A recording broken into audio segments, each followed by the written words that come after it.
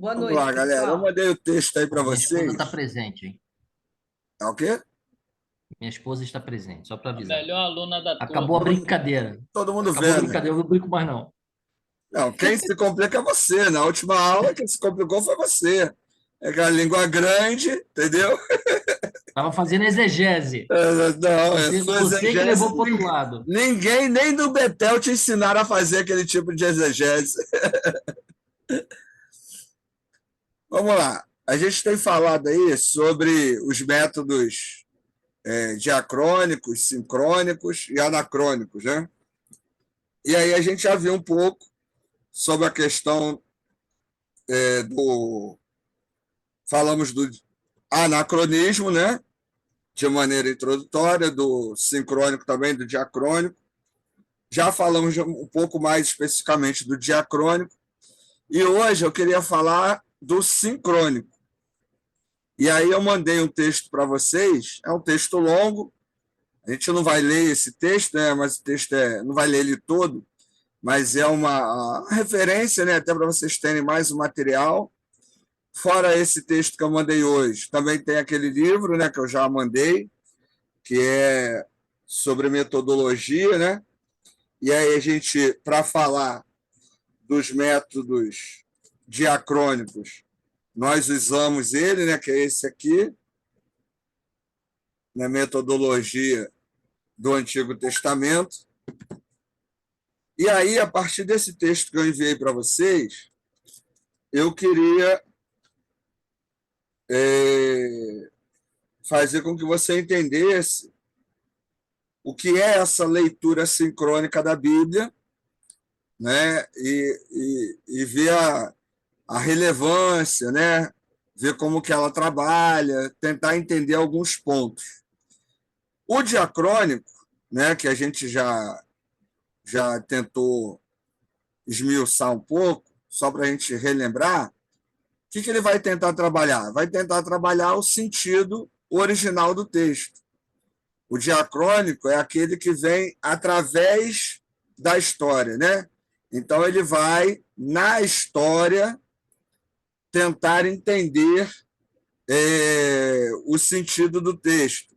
Vai trabalhar o texto a partir dos seus sentidos originais, né? Do seu sentido histórico. Então, é uma leitura que parte, né, de uma pesquisa a partir do sentido original. E até na semana passada eu mandei um vídeo para vocês, né, falando sobre a questão da alegoria, que é um recurso muito utilizado. E aí eu fiz uma pergunta, né, o método alegórico se enquadra em qual perspectiva? Né? Anacrônica, sincrônica ou diacrônica? E aí você deveria dar a sua justificativa, né? De cara, a gente já pode dizer que a alegoria ela está entre o anacronismo e a sincronia. E o sincronismo. Por quê?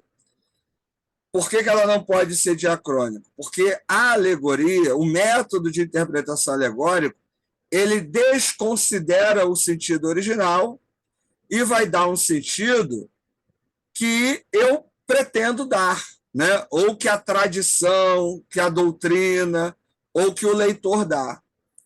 O método diacrônico, ele preza, ele tenta, digamos assim, né? Ele busca entender qual o objetivo do autor ao escrever. Então, por exemplo, quando eu vou ler o texto do tabernáculo, né? Israel está lá no deserto, e aí, na caminhada, Deus fala assim, ó, faz aí um tabernáculo, uma tenda, e para eu falar com Moisés, eu vou descer sobre essa tenda, e na tenda lá eu vou falar só com Moisés. Ponto. Qual é o sentido original desse texto? Qual é a ideia desse texto? Que Deus tinha um lugar especial que falava com Moisés. Ponto final, acabou, não, mais nada. Não tem mais nenhuma outra coisa aí. O que a alegoria vai dizer? Que o tabernáculo tipificava Jesus Cristo, que a forma do tabernáculo era como a forma da cruz, que o tabernáculo era o meio pelo qual Deus falava com o homem e Jesus Cristo foi o meio pelo qual o homem obteve a salvação. E aí, de maneira alegórica, eu vou dando sentidos ao tabernáculo. Que não tem nada, tabernáculo e Jesus Cristo não tem nada a ver originalmente. Então, numa leitura diacrônica, o que significa o tabernáculo? Um lugar onde Deus descia e falava com Moisés. Ponto final. Agora, alegoricamente, ele vai significar o que a minha doutrina quiser, o que eu entender. Então, a alegoria é uma maneira muito natural, né, das pessoas lerem a Bíblia hoje. Muita gente, inclusive, lê o Antigo Testamento de maneira alegórica, mas é um método que está aí entre a anacronia e a sincronia. Então, esse método sincrônico, qual é a busca dele? Ele busca, né, tentar apresentar um sentido do texto basicamente a partir do leitor.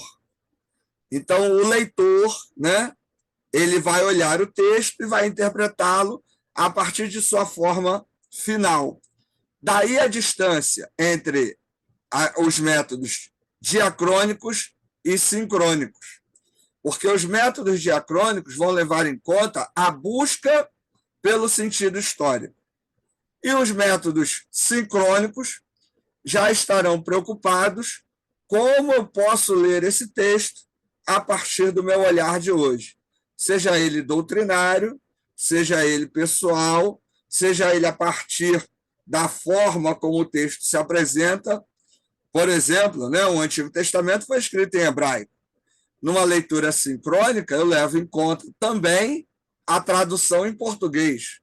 Então, que sentido, como que ela, que maneiras eu posso interpretar esse texto a partir das traduções em português, né? Então, há uma distância entre esses métodos. Eles podem se combinar em algum momento? Até podem, né? Mas há uma diferença. E aí, essa questão da alegoria é um bom exemplo de como os métodos sincrônicos trabalham. No método alegórico, qualquer coisa pode significar qualquer coisa. Vai depender da doutrina, da tradição e de quem lê. O outro grande exemplo é dizer que a serpente no Jardim do Éden é o diabo.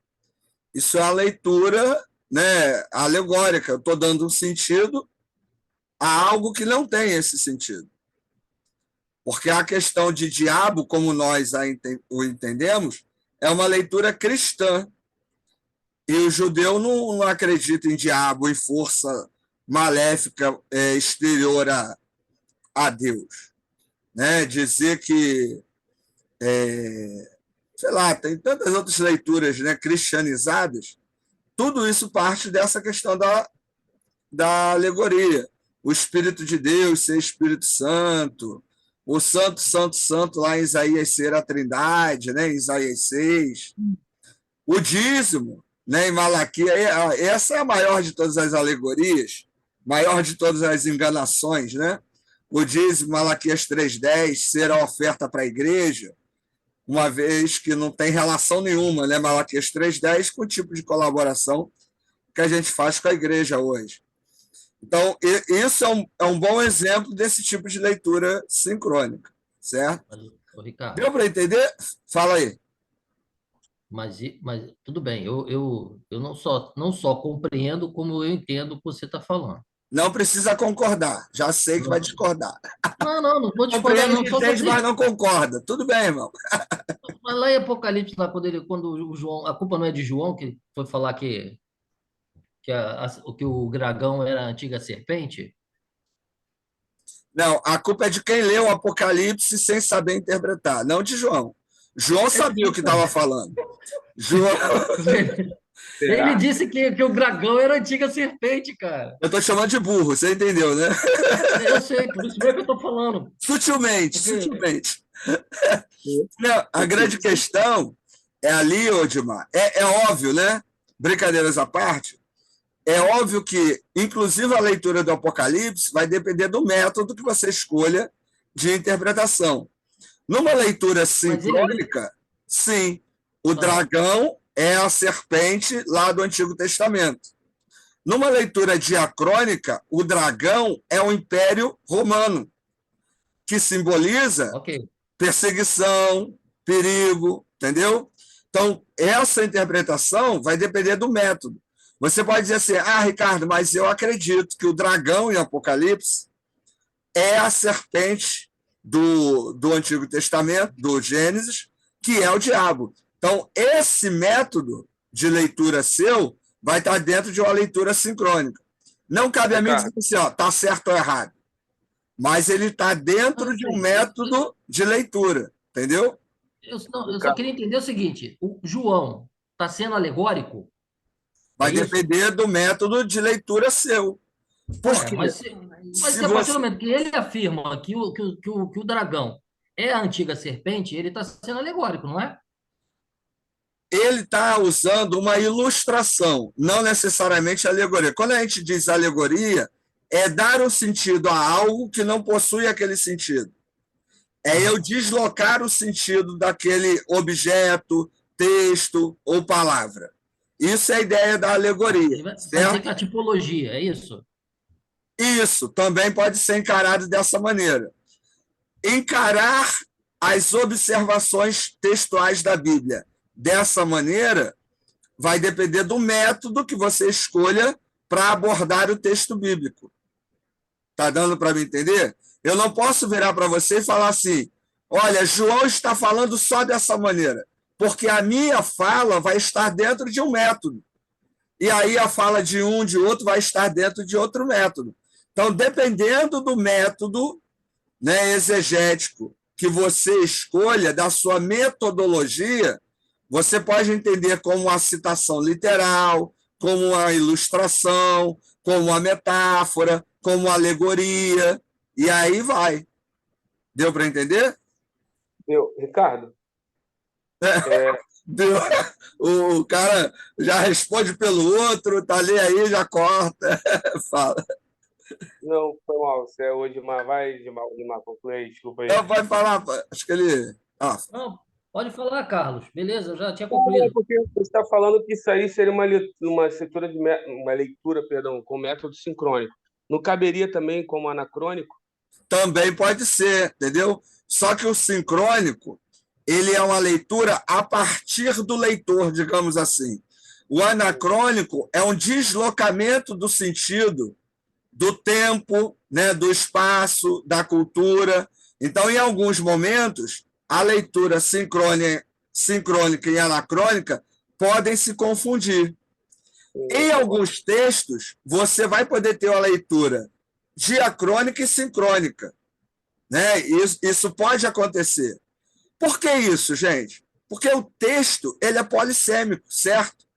E depende muito de quem lê, depende muito, né, do momento, né, cultural de quem lê, da busca de quem lê. Então, esses métodos eles podem se confundir. Agora, a leitura sincrônica e anacrônica, elas podem caminhar juntas em alguns momentos, sim, porque aí eu estou deslocando o sentido daquele texto para um outro momento histórico, cultural, né, de percepção doutrinária. Isso também pode acontecer. Que é o caso, por exemplo, de dizer que a serpente do Gênesis é o diabo cristão. Isso é uma leitura sincrônica e anacrônica, né? Ok. Shalom, Adonai. Essa é a leitura judaônica. Tranquilo, gente? Que assim, o que acontece? Na ideia dos métodos, é você perceber que existem abordagens de leitura. O seu pastor, quando ele está pregando, ele está dentro de uma metodologia. Ele pode até não saber, mas ele está dentro de uma metodologia. Você também está. Você pode não ter consciência, mas você está falando a partir de uma metodologia. É porque nós não somos ensinados na igreja e, na verdade, a igreja não tem essa finalidade, né? O papel da igreja não é fazer refletir, é repetir. Por isso que a igreja possui doutrina. Doutrina se repete, não se reflete. Porque se eu for refletir na doutrina, eu não tenho doutrina. Ela vai estar sempre mudando, né? E doutrina é algo que segue igual ao longo do tempo e da história. Então, nós somos ensinados a repetir de maneira geral. Então, a gente não tem essa consciência. Por que eu creio dessa maneira? Por que eu acho que Jesus Cristo está no Antigo Testamento? Por que eu acho que a serpente é o diabo? Por que eu acho que a serpente falava? Isso ninguém se pergunta, né? Pô, a serpente está falando com a mulher, ninguém pensa nisso. Ninguém nem pensa nisso, né? No fabuloso dessa história. Ninguém avalia isso. Que naquela época era diferente. Assim, porque a gente está tão acostumado a simplesmente repetir que a gente não avalia por que a gente crê da maneira que a gente crê. Isso é uma metodologia que nos é colocada. O ideal é que você tenha consciência do porquê você crê da maneira que crê, para que você possa ensinar as pessoas de maneira mais fundamentada, mais embasada, né? Possa ser mais honesto, inclusive, com as pessoas. A ideia da matéria é justamente essa, né? Fala, cara. Legal. Professor. Não, tu tá lendo o chat aí não, né? Foi mal. Vai lá. Ainda não. O chat o Odmar tá que tá hoje, hein? Tá danado. Vai. Deixa ele. Ele fica de conversinha no fundo da sala. Eu vou cortar ele do chat já já. Fala, Marcelo.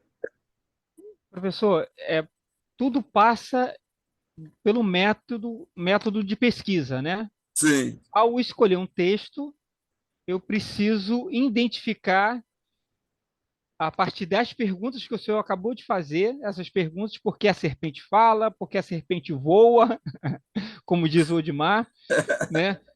A partir dessas perguntas, me provoca a ou repetir aquilo que a doutrina me ensinou, ou fazer uma pesquisa mais apurada através de um método diacrônico, uma metodologia mais a partir de uma outra perspectiva para construir, entendeu?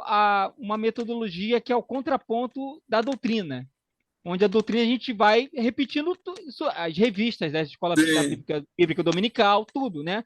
Tudo dentro de uma caixinha que vem se repetindo ao longo do ano.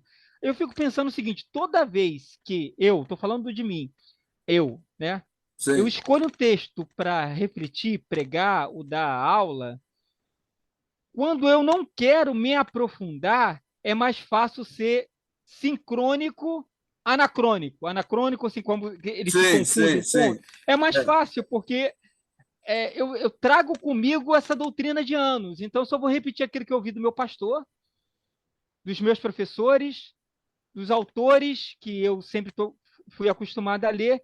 Agora, quando eu quero fazer uma pesquisa, aí é a desconstrução daquilo que eu aprendia, ou seja, dá trabalho ser diacrônico, é isso que eu estou querendo passar para o senhor, né? Não sei se eu estou errado nessa maneira. Escolher uma metodologia diacrônica dá trabalho, porque você precisa desconstruir para construir. Eu diria o seguinte, Marcelo.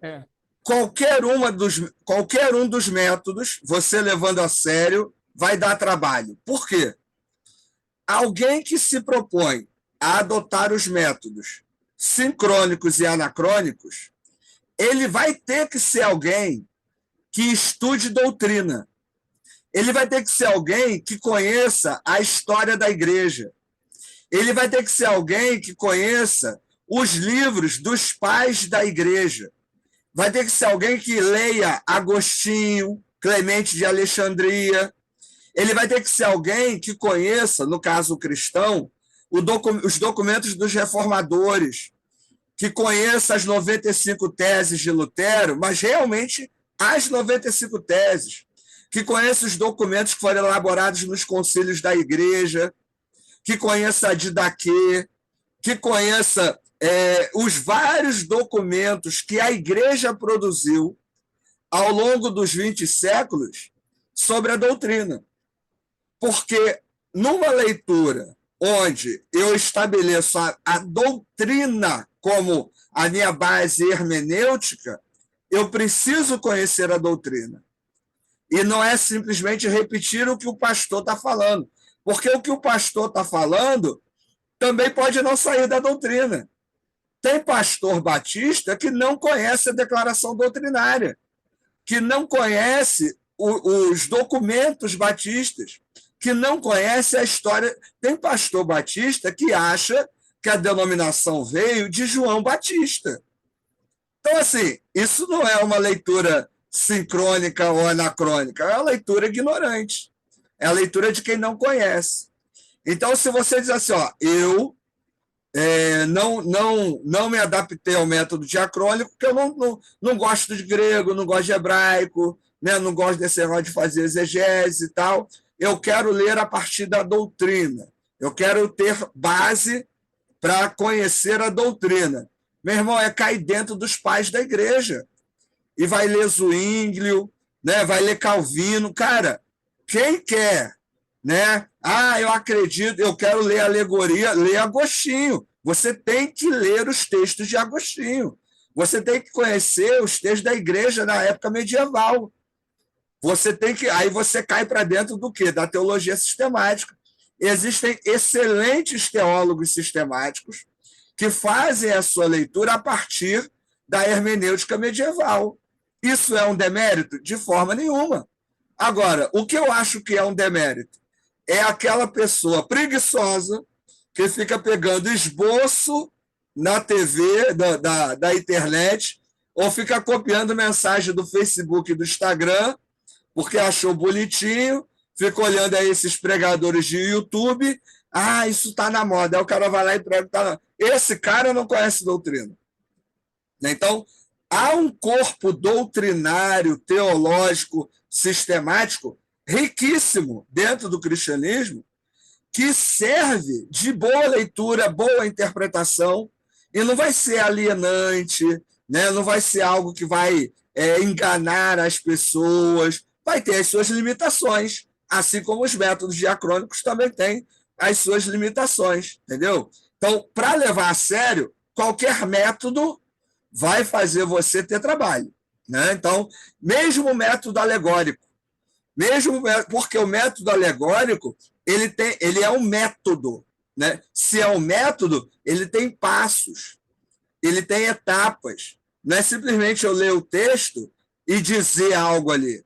Eu usei os exemplos que usei porque são de conhecimento comum, né? Todo mundo já sabe essas histórias e tal. Mas, para se fazer isso, há um passo a passo. E que os pais da igreja, que a igreja medieval, fez muito bem. E aí, o que eu vou fazer? Eu vou cair para dentro da história da igreja. Eu vou ler biografia, né, de missionário. Eu vou passar a comer a história da igreja. E isso vai me fundamentar. Não será uma leitura diacrônica, mas sendo a leitura anacrônica ou sincrônica, em que eu busquei, né, base para isso. Então, é possível? É possível. Agora, você pega alguém que tem um método diacrônico e alguém que tem um método anacrônico, vai bater? Não vai, né? Por quê? Porque os caminhos são diferentes. Então, as interpretações vão ser diferentes. Você vai pegar o texto de Daniel nessas duas leituras. Os caminhos vão ser diferentes. As interpretações vão ser diferentes. Um vai botar no futuro, outro vai botar no passado. Um vai dizer que era real, outro vai dizer que era simbólico. Mas ambos trabalharam sério para poder embasar as suas análises. Então, eu acho que quem não quer o método diacrônico, eu acho que vale a pena se embrenhar na área de história da igreja, né? E aí estudar os pais da igreja, principalmente, Orígenes, né? Que são aqueles que na igreja católica, na igreja, né, da Idade Média, né, no princípio da igreja, se dedicaram à exegese, à hermenêutica, né, digamos assim, primitiva e medieval, né? E isso vai ajudar a você ter uma leitura pelo menos embasada nos pais da igreja. Nada de errado uma leitura dessa. É só um método diferente, né? Aí Lutero, né? Lutero ele vai fazer quando ele vai botar o método histórico gramatical, ele inova com a exegese medieval. Por quê? Porque até então a leitura não levava em conta a tradução. Então, para Lutero, a Bíblia era a história, né? Tudo que aconteceu ali aconteceu exatamente, mas ele passa a traduzir do grego e do hebraico para o alemão. Isso é um avanço na época de Lutero, certo? A gente pode achar que hoje, né, não é grande coisa, mas na época foi um grande avanço, né? E hoje a gente tem retrocessos, lamentavelmente. Mas é possível, Marcelo. Eu acho, então, que qualquer método, encarando com seriedade, vai dar trabalho. Não só o diacrônico, mas cada um deles, né, a partir de seus determinados caminhos, dão trabalho, né? Beleza? Fala, Emanuel. Então, dentro aí do que você falou, cara, vale ressaltar aí. Fala alto. Tá baixinho. Oi, tá me ouvindo melhor? Agora melhorou. Então, dentro do que você falou, né, de fato dá trabalho, né, da dificuldade de você interpretar o texto bíblico, né? Porque, assim, em toda sinceridade, né? Inclusive no surgimento de algumas doutrinas. Às vezes parece que o texto está claramente apontando numa direção. Às vezes você lê o texto e parece que, nossa, não tem como ele estar falando algo diferente daquilo que você está lendo. Mas quando você entende muito mais a fundo do que é escrita, né, ou mesmo o caráter filosófico do texto, aí você vê que, na verdade, o que era tão claro não era a direção onde o texto apontava. É isso aí. Por exemplo, quando se fala da própria serpente, ou mesmo do próprio Éden como um lugar físico, sobrenatural e diferenciado, às vezes parece que o texto, de fato, está apontando para essa direção, parece que está tudo muito claro. Então, aí a dificuldade de se interpretar, né, e de ter um sentido anacrônico, né, de você entender a questão, porque nem tudo que é tão claro para mim hoje é, de fato, o que o escritor estava querendo dizer. Então, quando eu trago para os meus dias, parece que aquilo cabe para mim, ou que aquilo é a direção, mas, na verdade, Parece não é. ser o mais correto, né? Oi? Parece ser o mais correto. Na verdade, parece ser a direção. Nossa, tá escrito, o sentido é esse. E assim, cara, quem nunca olhou e falou, nossa, não tem como ser algo diferente, tá aqui, é isso. Mas quando a gente entende o caráter filosófico, ou quando a gente reflete de fato sobre o texto, quando a gente não tenta tangibilizar aquilo que está querendo se falar, aí a gente começa a viajar um pouquinho mais, a entender um pouquinho mais do contexto. Isso é um método, entendeu? É isso que a gente precisa ter em mente. Qualquer abordagem que você faça, ela já é pré-determinada por um método, consciente ou inconsciente, né, de alguma maneira. Aqui, deixa eu mostrar alguns livros aqui, que acho que pode ajudar nessa caminhada aí, fora da questão diacrônica, né? E aí, é material introdutório, mas acho que é legal. Depois eu tiro foto e coloco lá no grupo. Ó. Cristianismo através dos séculos é uma introdução à história da igreja, né? Vale a pena. A doutrina cristã a partir de Agostinho, e aí é uma leitura né, dentro desse contexto, né,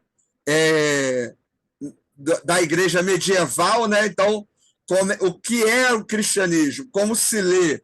Então, ele vai fazer uma exegese, uma interpretação, uma análise de textos bíblicos e da teologia, e a partir disso você vai criar uma base, né, para poder discutir e interpretar. Outro, para ter uma ideia, né, do pensamento dos pais da igreja, né, os padres da igreja, esse livro aqui também é legalzinho, esse aqui é da Paulus também. Então, é um material legal, introdutório, que ele traz uma espécie de resumo, né? Aqui, ó, ele vai trazendo uma espécie de resumo sobre o pensamento e a história dos pais da igreja. Aqui ele vai falar sobre Clemente de Alexandria, né? E alguns temas que esses pais da igreja abordaram. Então, cara, você chegar, né, num ponto e de ter o conhecimento, né, do cristianismo medieval, do cristianismo primitivo, do que esses primeiros pensadores entendiam sobre o cristianismo e o texto bíblico, cara, isso é uma boa fonte de interpretação do texto. É um outro método, é uma outra abordagem, mas, cara, isso te dá uma substância muito grande, certo? Que necessariamente você não vai estar enganando as pessoas. O ruim é que hoje, a maioria dos pregadores, principalmente os famosos aí, eles não têm substância, eles não têm conteúdo. A maioria é autoajuda. E como a gente vive num mundo de imagem e necessidade, a autoajuda faz muito sucesso, né? Mas você vê que os caras dão conselhos. Mas eles não citam, por exemplo, os pais da igreja, não citam os filósofos, né, que nortearam a igreja medieval. Você não vê esses caras fazendo isso, porque muitos deles nem conhecem. A gente precisa entender que o método é anacrônico, é sincrônico, é errado. Não, não é. O método sincrônico anacrônico, ele tem os seus métodos, seus fundamentos na doutrina cristã. Doutrina cristã é isso, né? É a história da igreja, são os pais da igreja, né? Não é a declaração da minha doutrina apenas. Há um outro livrinho também doutrinário legal, esse aqui, ó, Documentos da Igreja Cristã. Ele vai reunir os concílios, os cânones, os documentos reformados, né? Alguns deles, por exemplo, né? As 95 teses, falando de textos, né? Da reforma na Alemanha, na Inglaterra, na Suíça, né? E traz documentos também, textos dos pais da igreja, né? Aqui, por exemplo, ó, tem uma seção que ele fala sobre a pessoa e a obra de Cristo. E aí traz textos de Inácio de Antioquia, Irineu, Tertuliano, Dionísio de Roma, Atanásio, falando sobre a ideia da expiação, né? O que esses, né, pensadores, né, entendiam sobre isso. Vai falar de algumas heresias no cristianismo, né, que estava nascendo, o gnosticismo, por exemplo, né, o docetismo. Você saber isso é uma maneira de você poder trabalhar o texto de forma adequada, entendeu? De você interpretar o texto, né, a partir de um método, né, que não seja o diacrônico, mas você vai ter a leitura da doutrina, né? E esse aqui também que eu acho legalzinho, que é um resumo aí da teologia dos reformadores. Para nós que somos cristãos, nós não somos reformados, né? Pelo menos não sei se tem algum presbiteriano aí. Mas reformado é aquele que acredita na predestinação, basicamente. Mas, de maneira geral, conhecer a teologia dos reformadores é importante para nós que somos evangélicos, né? E é um material legal, é introdutório, mas é legal, entendeu? Ricardo, Sim. você falou aí da teoria dos reformadores, né? Mas a Igreja Batista, no seu surgimento, ela ia para essa linha mais calvinista, né? Isso. Mais Quando ela reformada. surgiu, ela era calvinista. Mas hoje ela é uma bagunça. Porque você vê aí um culto batista, você não consegue nem identificar, às vezes, dependendo da igreja onde você estiver, o que está sendo pregado, entendeu? Não dá nem para dizer que é arminiano, porque tem igreja batista que não fala nem mais de Jesus. Então, lamentavelmente, é um demérito para a gente, né, como batista, mas inicialmente os batistas eram calvinistas. Aí depois o arminianismo a maioria eu acho um pouco vago, tornou né? arminiano. Fala. Não, eu digo que o arminianismo eu acho um pouco vago, né? Mas deixa quieto. Assim, as duas teorias são complicadas, né? Porque são teorias, então é difícil. Mas, por exemplo, você pega um bom teólogo calvinista e um bom teólogo arminiano, ele conhece a história da igreja. Ele vai citar os pais da igreja, qualquer um deles. E isso que é legal para a gente pensar, entendeu? Uma teologia, uma hermenêutica, uma exegese bem fundamentada, ela pode usar os pais da igreja. E isso é um método, né, de fazer hermenêutica, de fazer exegese. Está acabando o nosso tempo aí, vamos entrar no mesmo link? Sai nesse link, entra no mesmo aí para a gente continuar. Mesmo link aí.